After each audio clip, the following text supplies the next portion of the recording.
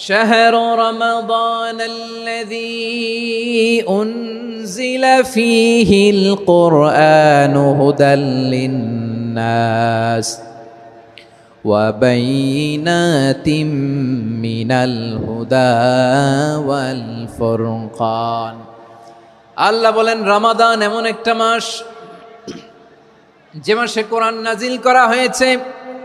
আর এই কোরআন হচ্ছে বিশ্ব মানবের জন্য পথ নির্দেশিকা, হেদায়েতের সুস্পষ্ট বর্ণনা এবং সত্য মিথ্যা পৃথক করার আসমানি মানদণ্ড রূপে জামিনে আমাদের জন্য কোরআন নাজিল করেছে কে?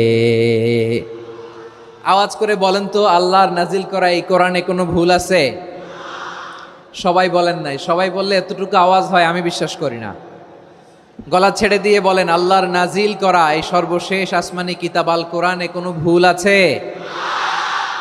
সন্দেহ আছে? সংশয় আছে?